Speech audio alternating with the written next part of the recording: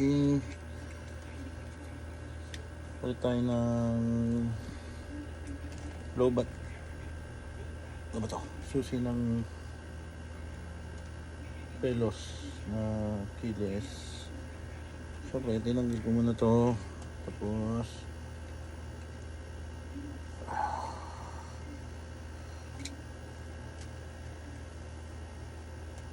tinaplop na natin yung parang daanan niya.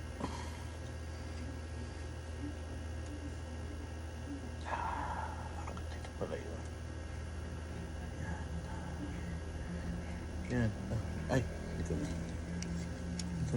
Pag yung may butas na yan, tinuklap ko lang yan pag umangat. Pero dahan-dahan na, baka mabasag yung clip.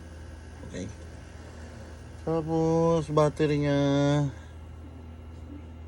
2032 meron din ako dito. Isang battery ko sa Edmax, pareho lang sila 2032. So tanggalin natin to. Ito ngayon, pusher. Tapos ano ba, grabe mo lang, may parang tunnel ito. Tapos may parang clip dito, angat mo lang pa-push. Tandaan mo kung paano mo kinuha, ganun mo rin ibabalik.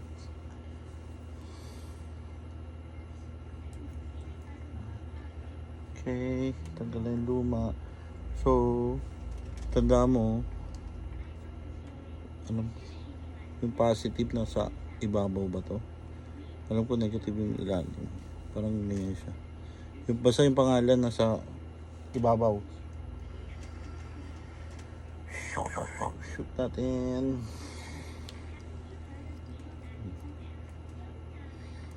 May kanal siya doon. Shoot mo lang kung paano mo siya kinuha. Ganun din mo rin ibabalik. Slide mo lang. Slide. Yan. Slide mo pababa doon. Tapos may clip clip. Yun! Yan. Ito na. Goods. Hindi na kasi nakita paano tinanggal Basta, diba, tinuklap nyo natin siya dun sa may parang butas para dun mo siya i-plug. So, yun yung glass na magkiklip. Unahin mo yun dito. Dikit.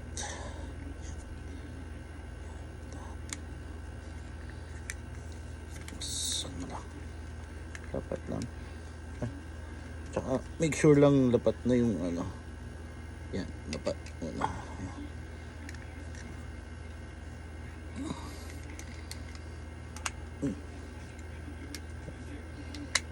Pareho naman. Ano lang, make sure na alalay lang. Ayun, basta alalay lang yung bag din para hindi mag-crack. Basta.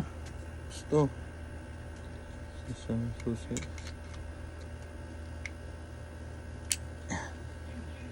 Nakatanggalin pala yun. May parang press button. Press button. Pala angat na. Hindi ko pa nasubukan to. Malakas susi sa pintuan to pag lobat tong Kaya pag nagsasabi naman siya naglo-lobat na yung key, change battery, palitan mo na. Ilang taon na ba yan?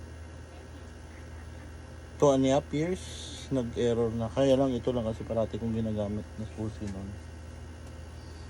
Okay, yan lang. Easy. Okay, check na natin kung ano na to. Na-detect na hindi na lobat. Change battery ng susi. Okay, oy, wala na. Read nyo na break. Okay, wala na. Goods na. Wala na yung natidetect na key battery low. Okay na.